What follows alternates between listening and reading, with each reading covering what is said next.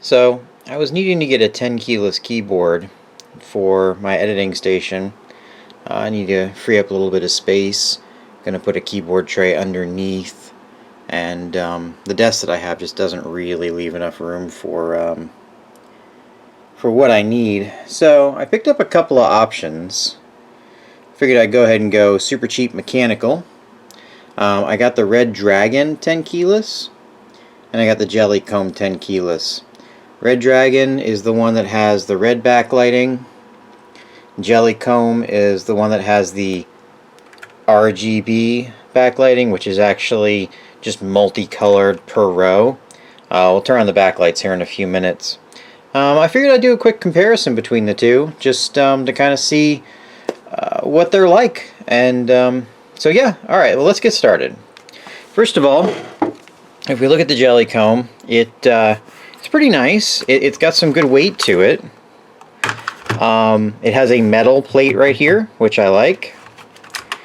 Plastic underneath, which is to be expected. Keycaps are the double shot ABS because of the backlighting. Over here on the left, it has a little Jellycomb logo, and then it has caps lock and scroll lock, which I'm not a huge fan of because, you know, it's supposed to be a compact keyboard and they kind of wasted space over here, I feel. But, you know, it's got a standard 10 key layout, or 10 keyless layout, excuse me.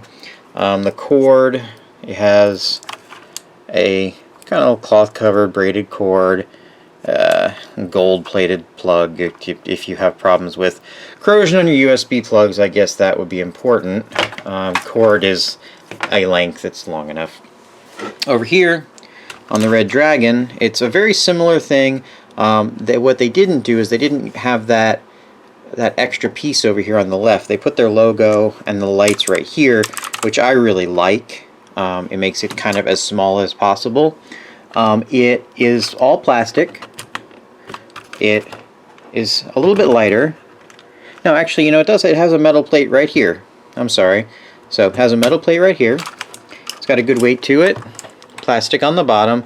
It does have feet on the back. This is the ReDragon, has feet, which have nice little rubber bumpers on them. The Jellycomb also has feet, and they've got nice little rubber bumpers as well, which is nice. You know, stops it from sliding around. The font on the ReDragon is kind of that gamer, you know, we couldn't afford to do double shot with having trapped lands, which is why, you know, you'll notice there's no islands in any of these letters. That's why they're like that, is because it's a lot cheaper to do double shot injection molding when there's no islanded areas for the double shot. Basically the same thing over here on the Jellycomb. So, alright, well, let me go ahead and get these plugged in, and we will take a look at the backlighting and go from there. Alright, sorry for the darkness, but it's the only way I could really get the Jellycomb in its backlighting. So they've got a lit up logo, and the keys are, you know, RGB like I was saying, but each row is a different color, which some people may like. As far as I'm concerned, it's just flashy for being flashy. There's a whole bunch of different things that you can set up where it, you know, cycles through the colors, or, you know, cycles through the rows, and, you know, you press a key and it does something, or they're all on or they're all off, and, you know, just the standard, what all keyboards do basically. So let's go ahead and bring up the ReDragon now. Okay, here's the ReDragon. It's all one color, it's red. I personally think it looks much nicer. You can also program it to do all the fun stuff where you push a key and it comes out and just left or right and all that crap. I would prefer none of that. I do like having a backlit keyboard because I do work at night sometimes, and it is occasionally helpful. Plus, it looks kind of nice. But you know, I think to me this looks better. Everybody has their own personal opinion on that, though. Okay, let's take a look at them, kind of compare how the keys feel and which key switches they have, and we'll kind of wrap this up. Okay, let's take a look at the keycaps. Here is the ReDragon, and as you can see, they're double shot ABS. They're very thin. They do seem well made, though, and it's what you'd expect. So we'll do the same thing over here on the jelly comb. And these are a little bit thicker, still basically the same thing though, just kind of what you'd expect for a cheap mechanical keyboard. The jelly comb has some blue switches that are clones of the cherry blues, and they are tactile and clicky, so that's what it sounds like. It's yeah, I'm not really an expert on mechanical switches, but to me it feels a little dry, kind of I guess scratchy is what I've heard people call them, but you know, for the price I think it's just fine.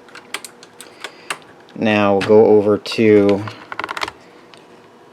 the ReDragon, and basically the same thing. They do have brands on them. I haven't been able to read them, but yeah, they're just generics. This one, these actually feel different. I think they are a different brand. These feel a little bit firmer, a little less scratchy, a little more clicky. Typing feels fairly similar on them. I would say if you're a keyboard expert, they're probably going to feel terrible and sound terrible. If you are a complete novice, they just kind of feel loud, but they do feel good. I think that the ReDragon keys feel and sound just a tiny bit better. These are a little more hollow, a little just cheaper feeling than these are, even though these keycaps are just a little bit thicker, the ones on the jelly comb. So, for me, for my money, these are very similarly priced. I mean, you're talking about, you know, $5 one way or the other. They're like $35, $30 right in that area. $25, $30, $35, depending on if you get them on sale or not. For me, for my money, I'm going to go with the ReDragon. I like it the best. It's got the right form factor for me. I like the single color backlighting. I still feel like if you're not going to have full RGB, just stick with one color. And it doesn't waste space. It sounds a little bit better. The only thing I would say the Jellycomb really has over it is the cable. Jellycomb's cable feels really nice. ReDragon's cable feels like what you'd expect. The Jellycomb's cable feels more expensive than its price would lead you to believe. So anyway, I hope this helps you guys out, and stay tuned for some more videos coming up soon. Thanks.